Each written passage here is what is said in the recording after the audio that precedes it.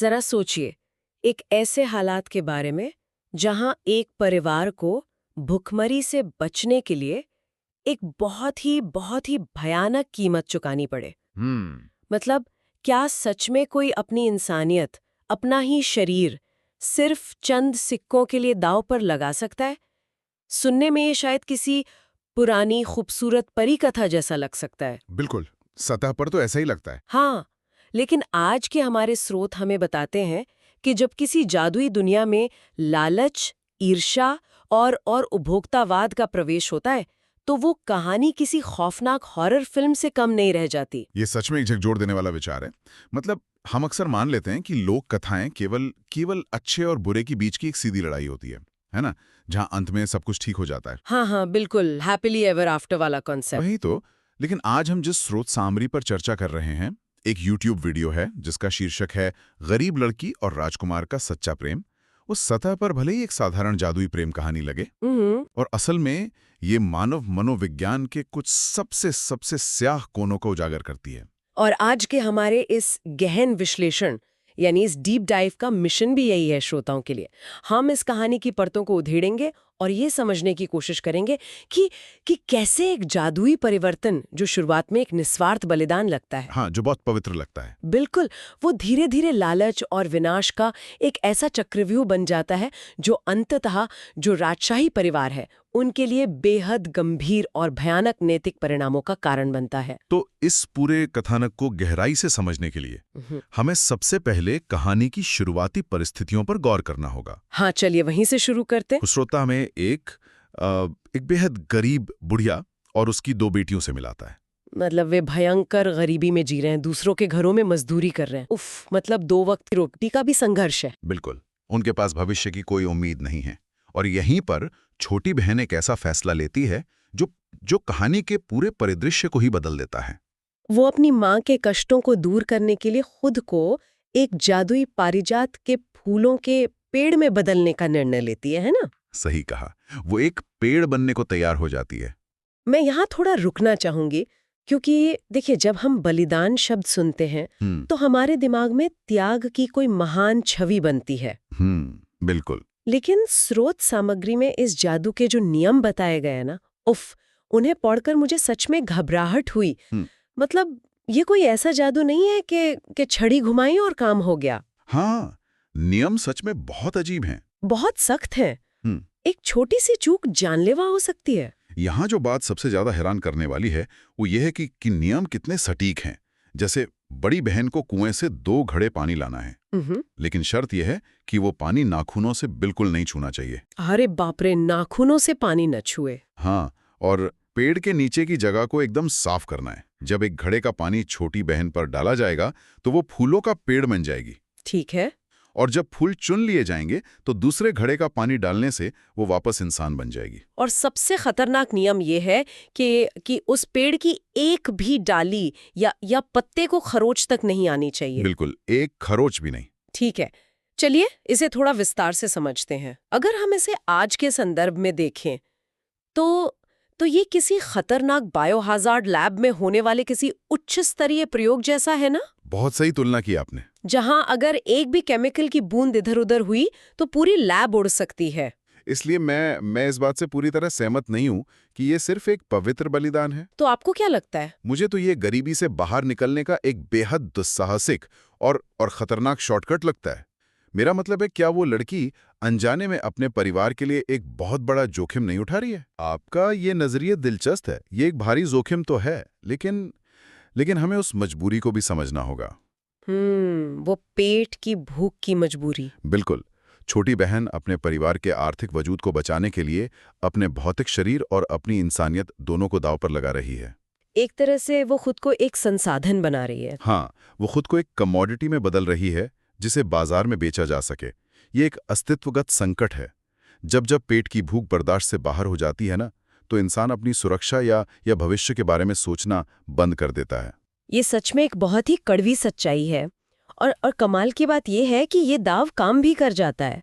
बड़ी बहन बहुत ही सावधानी से नियम निभाती है, बिना किसी पत्ते को नुकसान पहुंचाए फूल चुनती है। हाँ, वो राजमहल में फूल बेचकर पैसे कमाने लगती हैं। वो जादुई फूल ऊंचे दामों पर बिकते हैं, उस गरीब घर में पैसा आने लगता है, गरीबी दूर होने लगती है। लेकिन कहानी यहाँ रुकती नहीं है। बिल्कुल नहीं। स्रोत सामग्रियों के अनुसार जैसे ही पैसा दरवाजे से अंदर आता है, कहानी का सुर अचानक बदल जाता है। यहीं से उस लालच का बीज अंकुरित होता है जो इस कथानक को आगे बढ़ाने वाला मुख्य इंजन है। क्या होता है फिर? स्रोत स्पष्ट रूप से बताता है कि लड़कियां वो सारा पैसा अपनी माँ से छिपाने लगती हैं। अरे, अपनी ही माँ से? हाँ, क्योंकि वे डरती हैं कि उनकी माँ उन्हें पीटेगी या पैसे छीन लेगी। लेकिन स्रोत में एक बहुत ही महत्वपूर्ण पंक्ति है, दोनों लड़कियों का लालच भी बढ़ता गया। उफ, ये तो मनोविज्ञान का एक क्लासिक उदाहरण है ना? बिल्कुल, धन का ये संचय उनके भीतर एक बदलाव ला रहा है। जिस जादू की शुरुआत सर्वाइवल या वजूद बचाने के लिए हुई थी, अब वो धीरे धीरे लालच का साधन बनता जा रहा है। और इसी बढ़ते लालच और बदलते समीकरणों के बीच कहानी में राजकुमार का प्रवेश होता है। हाँ, वो खुशबूदार फूलों से आकर्षित होकर जासूसी करता है और उस जादुई प्रक्रिया को छुपकर देख लेता है। और वो सच्चाई जानने के बाद राजा के जरिए शादी का प्रस्ताव भिजवाता है। यहाँ एक बहुत ही दिलचस्प और थोड़ी डार्क घटना होती है। वो बुढ़िया वाली घटना? हाँ, जब बुढ़िया को महल में ये प्रस्ताव मिलता है तो वो घर आकर खुशी मनाने के बजाय एक मोटी छड़ी उठाती है और अपनी बेटियों को खूब पीटती है। सच कहूं तो ये दृश्य मुझे बहुत अजीब लगा था। मतलब, बेटियां राजा के घर जा रही हैं और माँ पीट रही है। हाँ, वो तब तक पीटती है जब तक लड़कियां डर के मारे वो छुपाया हुआ सारा धन और जादू का राज उगल नहीं देती। बाप रे! लेकिन अब समझ आ रहा है कि माँ का वो व्यवहार भी शायद उसी असुरक्षा और सदमे का परिणाम था जो पीढ़ियों की गरीबी से आता है। बिल्कुल, वो पैसे छिन जाने का डर होता है। खैर, मामला शांत होता है और शादी हो जाती है। लेकिन असल समस्या तो शादी के बाद शुरू होती है। हाँ, असली कहानी तो अब शुरू होती है। यहाँ आकर बात सच में बहुत दिलचस्प हो जाती है, क्योंकि अगर हमें लगता है कि राजकुमार ने उस लड़की को उसकी गरीबी से बचा लिया है, तो हम बहुत गलत हैं। एकदम गलत, क्योंकि स्रोत के अनुसार राजकुमार अपनी नई नवेली पत्नी से 2 दिन तक कोई बात ही नहीं करता। उफ, 2 दिन तक? हाँ, वो एक कठोर मौन व्रत धारण कर लेता है, बस चुपचाप बैठा रहता है, इस इंतजार में कि पहल उसकी पत्नी करे। ये तो एक बेहद मैनिपुलेटिव या हेरफेर करने वाला व्यवहार है। वो उसे मानसिक रूप से तोड़ रहा है। और जब वो बेचारी परेशान होकर पूछती है कि क्या बात है, तो राजकुमार एक अजीबोगरीब शर्त रखता है। हाँ, वो कहता है कि मैं तुमसे तभी बात करूंगा जब तुम सिर्फ मेरे आनंद के लिए मेरे सामने वो फूलों का पेड़ बनोगी। सिर्फ उसके अकेले के लिए। मेरी नजर में ये प्रेम तो कहीं से नहीं लगता। ये एक तरह का इमोशनल कंज्यूमरिज्म या भावनात्मक उपभोक्तावाद है। बहुत सही शब्द इस्तेमाल किया आपने। मतलब, वो अपनी पत्नी को इंसान नहीं बल्कि एक पर्सनल मैजिक वेंडिंग मशीन मान रहा है।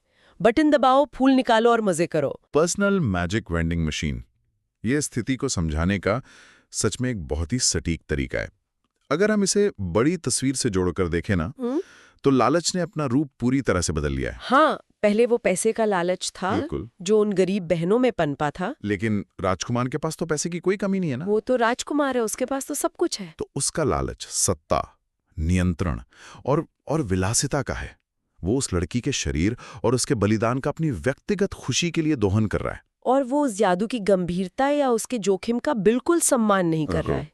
और ये दोहन किस स्तर का है, ये इस बात से साबित होता है कि राजकुमार उन फूलों का बिस्तर बनाता है। हाँ, और सूखे फूलों को रोज खिड़की से बाहर फेंकता रहता है। स्रोत सामग्री में साफ बताया गया है कि खिड़की के बाहर मृत फूलों के एक छोटा पहाड़ बन जाता है। अब ये सोचने वाली बात है, अगर आप राजमहल जैसी जगह में अपनी लालच और विलासिता का इस तरह मतलब खुलेआम प्रदर्शन करेंगे, तो क्या आप अनजाने में तबाही को दावत नहीं दे रहे? तबाही तो आनी थी, क्योंकि वो मृत फूलों का विशाल पहाड़ किसी की नजर में आ जाता है। राजकुमारी की नजर में? हाँ, राजकुमारी की छोटी बहन की नजर में। और जैसा कि राजशाही परिवारों की कहानियों में अक्सर होता है, राजकुमारी के अंदर ईर्ष्या जन्म लेती है। वो अपनी माँ से यानी रानी से शिकायत करती है ना? बिल्कुल, वो शिकायत करती है कि उसका भाई और भाभी उसे एक भी फूल नहीं देते। और इससे एक बहुत ही महत्वपूर्ण सवाल खड़ा होता है कि कैसे राजकुमारी की ये जिद पूरे कथानक और क्लाइमैक्स को ड्राइव करती है। हाँ, और वो खतरनाक मोड़ तब आता है जब जब राजकुमार शहर से बाहर जाता है। सही कहा। राजकुमारी इस मौके का फायदा उठाती है। वो अपनी भाभी को मजबूर करती है कि वो उसकी सहेलियों के सामने जादू का प्रदर्शन करे। और राजकुमारी उसे उसी पारिजात के पेड़ की जगह ले जाती है। तो नियम समझाती है ना? हाँ, वो कोशिश करती है, लेकिन यहाँ जो होता है वो स्रोत सामग्री का सबसे भयानक हिस्सा है। सहेलियां उन नियमों को बिल्कुल गंभीरता से नहीं लेती। उफ, वे इसे बस एक तमाशा मान रही हैं। वे इस जादुई परिवर्तन को सिर्फ एक मैजिक ट्रिक समझ रही हैं। और इससे भी बुरा ये है कि उस दिन मौसम खराब था। रुकिए, बारिश के मौसम में? हाँ और बिजली कड़क रही थी। हाँ, बारिश हो रही थी, बिजली कड़क रही थी। लेकिन जादू का सबसे बड़ा और सबसे अहम नियम ही ये है कि एक भी पत्ता नहीं टूटना चाहिए। ये तो सरासर पागलपन है। बिल्कुल। और इतनी अफरा तफरी और जल्दबाजी में सहेलियां पत्ते और डालियां तोड़ देती हैं। अरे बाप रे! और वे पानी बिना किसी सावधानी के उल्टा सीधा उड़ेल कर वहां से भाग जाती हैं। ये ऐसा है जैसे किसी 3 साल के बच्चे के हाथ में एक लोडेड बंदूक थमा दी जाए। या किसी ऐसे इंसान को बिना हैजमैट सूट के बेहद ज्वलनशील केमिकल दे दिए जाएं जिसे उसकी कोई जानकारी ही ना हो। बहुत खतरनाक। ये कोई दुर्घटना नहीं है, ये घोर लापरवाही है। और इसका जो नतीजा स्रोत में बताया गया है ना, सच कहूं तो उसे पढ़ना भी मेरे लिए बहुत मुश्किल था। वो नतीजा सच में रोंगटे खड़े कर देने वाला है। उस लापरवाही के कारण जादू बिगड़ जाता है।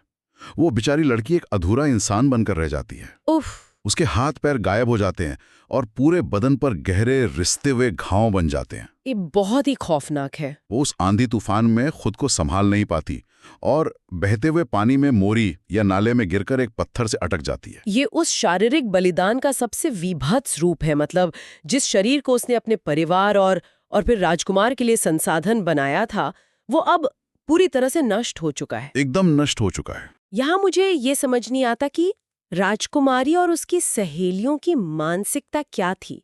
क्या उनके अंदर जरा भी सहानुभूति नहीं थी? ये सोचने वाली बात है। या शायद उन्होंने कभी गरीबी या संघर्ष देखा ही नहीं था, इसीलिए उनके लिए दूसरों का दर्द सिर्फ एक तमाशा था। मुझे लगता है इसे इसी तरह देखना चाहिए।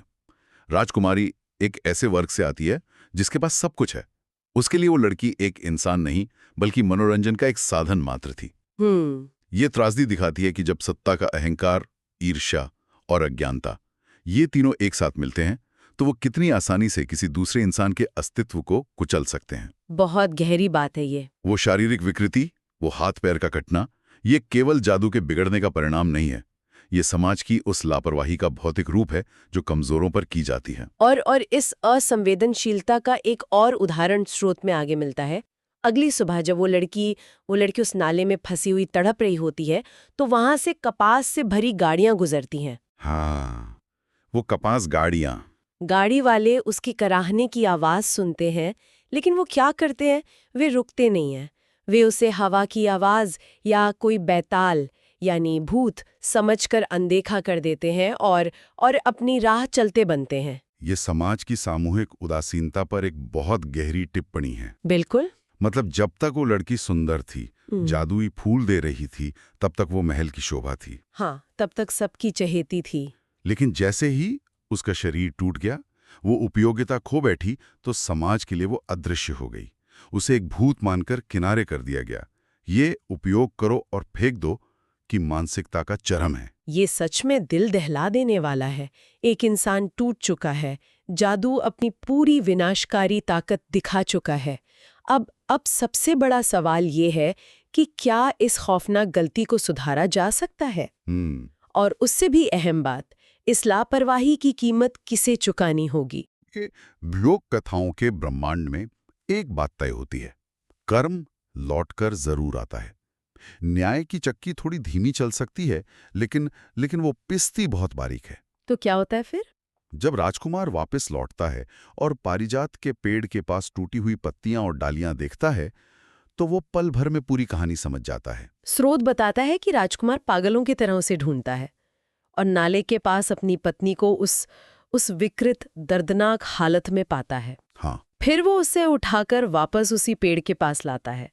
वो उसे फिर से पेड़ बनाता है और यहाँ का जो दृश्य है ना, वो कहानी के शुरुआती राजकुमार के बिल्कुल बिल्कुल विपरीत है। बिल्कुल सही कह रही हैं आप। वही राजकुमार जो पहले केरल उपभोग कर रहा था, अब वो बहुत ही सावधानी से एक एक करके उन सारी टूटी हुई शाखाओं और कटे फटे पत्तों को वापस जोड़ता है। और जब वो सही तरीके से दूसरे घड़े का पानी डालता है तो जादू फिर से काम करता है। वो वापस एक सुंदर युवती बन जाती है। इस हिस्से को हम एक तरह का प्रायश्चित मान सकते हैं। प्रायश्चित? हाँ, राजकुमार को अब शायद उस नुकसान की गहराई का एहसास हो गया है जो उसके ही परिवार की लापरवाही के कारण हुआ था। वो एक एक पत्ते को संजोकर मानो अपनी गलती सुधार रहा है। मैं यहाँ थोड़ा असहमत हूँ।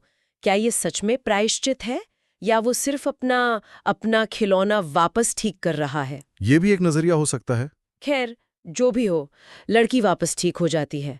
लेकिन अगर हमें लगता है कि कहानी यहाँ सुखद अंत पर पहुंच गई है तो हम इस लोक कथा के न्याय तंत्र को कम आंक रहे हैं। बिल्कुल, असली न्याय तो अभी बाकी है। क्योंकि जब राजा को अपनी छोटी बेटी यानी राजकुमारी की इस खौफनाक करतूत का पता चलता है तो जो सजा सुनाई जाती है वो मेरे लिए इस पूरी कहानी का सबसे बड़ा झटका थी। स्रोत सामग्री स्पष्ट रूप से बताती है कि राजा अपनी ही बेटी को जलते चूने के गड्ढे में डलवाकर मृत्युदंड दे देता है। उफ, जलते हुए चूने का गड्ढा? हाँ, और सबसे बड़ी बात यह है कि राज्य की प्रजा इस न्याय को बिल्कुल सही और उचित मानती है। तो आखिर इन सब का मतलब क्या है? मतलब एक पिता अपनी ही बेटे को एक जलते हुए चूने के गड्ढे में फेंक दे? सुनने में बहुत कठोर लगता है। ये फैसला बहुत ही ज्यादा बर्बर और कठोर लगता है। मेरा मतलब है राजकुमारी नासमझ थी, ईर्ष्यालु थी, लेकिन क्या इसके लिए उसे इतनी खौफनाक मौत दी जानी चाहिए थी? क्या राजा एक पिता से ज्यादा एक जल्लाद नहीं बन गया? अगर हम इसे आधुनिक नजरिए से देखें तो ये निश्चित रूप से बर्बर लगता है, लेकिन हमें इसे इस कहानी के आंतरिक नियमों के ढांचे में समझना होगा। कहानी के अपनी नियम? हाँ, याद कीजिए शुरुआत में उस जादुई पेड़ के नियम कितने सख्त थे। एक छोटी सी गलती और शरीर हमेशा के लिए विकृत हो सकता था। हाँ, वो बायोहैजार्ड लैब वाली बात। इस लोक कथा के ब्रह्मांड में न्याय भी उसी जादुई नियम की तरह ही पूर्ण, कठोर और अपरिवर्तनीय है। वो कोई रियायत नहीं देता। अच्छा, तो आप कह रहे हैं कि राजा का न्याय और जादू का नियम दोनों एक ही सिक्के के दो पहलू हैं? बिल्कुल। राजा का अपनी ही बेटी को मृत्युदंड देना कहानी की शुरुआत में उस गरीब लड़की द्वारा किए गए शारीरिक और अस्तित्वगत बलिदान के ठीक समानांतर है। ये बहुत दिलचस्प तुलना है। गरीब लड़की ने अस्तित्व बचाने के लिए खुद को दांव पर लगाया था और राजा ने राज्य का नैतिक संतुलन और न्याय बचाने के लिए अपनी बेटी का बलिदान दे दिया। राजशाही होने का मतलब ये नहीं है कि वे ब्रह्मांड के इन कड़े नियमों से बच सकते हैं। मतलब कर्म और न्याय ने राजमहल के दरवाजे तोड़ ही दिए। एकदम सही। ईर्ष्या और लालच की कीमत अंततः सबको चुकानी ही पड़ती है। ये दृष्टिकोण इस पूरे कथानक को एक नई रोशनी में दिखाता है। अगर हम इस पूरे सफर को समेटें तो हमने एक ऐसी लड़की से शुरुआत की थी जिसने भूख से बचने के लिए खुद को एक पेड़ में बदल दिया। एक निस्वार्थ बलिदान। हाँ, फिर हमने देखा कि कैसे उस निस्वार्थ दिखने वाले कदम के इर्द गिर्द लालच का एक जाल बुनता चला गया। बहनों का पैसा छिपाना? बिल्कुल। राजकुमार का उस जादू को अपने मनोरंजन का साधन बना लेना, राजकुमारी की वो अंधी ईर्ष्या और सहेलियों की घोर लापरवाही, और सब कुछ एक श्रृंखला की तरह जुड़ा हुआ है। और अंत में न्याय की वो खौफनाक आग, जलते हुए चूने का गड्ढा। और ये कहानी मानव स्वभाव के पतन, प्रकृति के दोहन और अंततः एक बेहद निर्मम तरीके से संतुलन के वापस स्थापित होने की एक बहुत ही जटिल यात्रा है। और इसी यात्रा के साथ आज के हमारे इस गहन विश्लेषण का समय समाप्त हो रहा है। लेकिन जाने से पहले श्रोताओं के लिए मैं एक विचार छोड़ना चाहूंगी। जरूर। इस पूरी कहानी को सुनने के बाद हमारे दिमाग में राजकुमारी की छवि ही सबसे बड़ी विलन के रूप में उभरती है ना? उसी की जिद ने तो सारे नियम तोड़े थे। सतह पर देखने पर तो पूरा दोष उसी का लगता है। लेकिन जरा गहराई से सोचिए, क्या उस जादुई नियम के टूटने और पतन की असल शुरुआत उसी दिन नहीं हो गई थी जब उन दोनों गरीब बहनों ने धन के मोह में आकर अपनी माँ से पैसे छिपाने शुरू किए थे? या शायद तब जब उस राजकुमार ने उस जादुई बलिदान को अपनी निजी विलासिता का एक खिलौना बना लिया था। अगर वो रोज मृत फूलों का पहाड़ नहीं बनाता तो शायद राजकुमारी कभी ईर्ष्या ही नहीं करती। यह सच में एक बहुत ही गहरा सवाल छिपा है। तो शायद वो जलते हुए चूने का गड्ढा सिर्फ एक नासमझ राजकुमारी की गलती की सजा नहीं था। तो फिर क्या था? शायद वो उन सभी किरदारों के भीतर पनप रहे उस सामूहिक लालच, उस स्वार्थ और उस अंतहीन उपभोक्तावाद की कीमत थी जो उस एक गरीब लड़की के अस्तित्व की बलि मांग रहा था। बहुत ही विचारोत्तेजक बात कही आपने। तो श्रोताओं के लिए ये सोचने का विषय है कि जब हम प्रकृति या दूसरों के बलिदान का अपनी सुविधा के लिए अंधाधुंध दोहन करते हैं, तो क्या हम भी अनजाने में अपने ही लिए कोई चूने का गड्ढा तो नहीं तैयार कर रहे हैं? सोचने वाली बात है। इस अनुत्तरित सवाल के साथ हम आज का ये डीप डाइव यहीं समाप्त करते हैं। हमारे साथ जुड़ने और इस रहस्यमयी दुनिया को हमारे साथ समझने के लिए आपका बहुत बहुत धन्यवाद।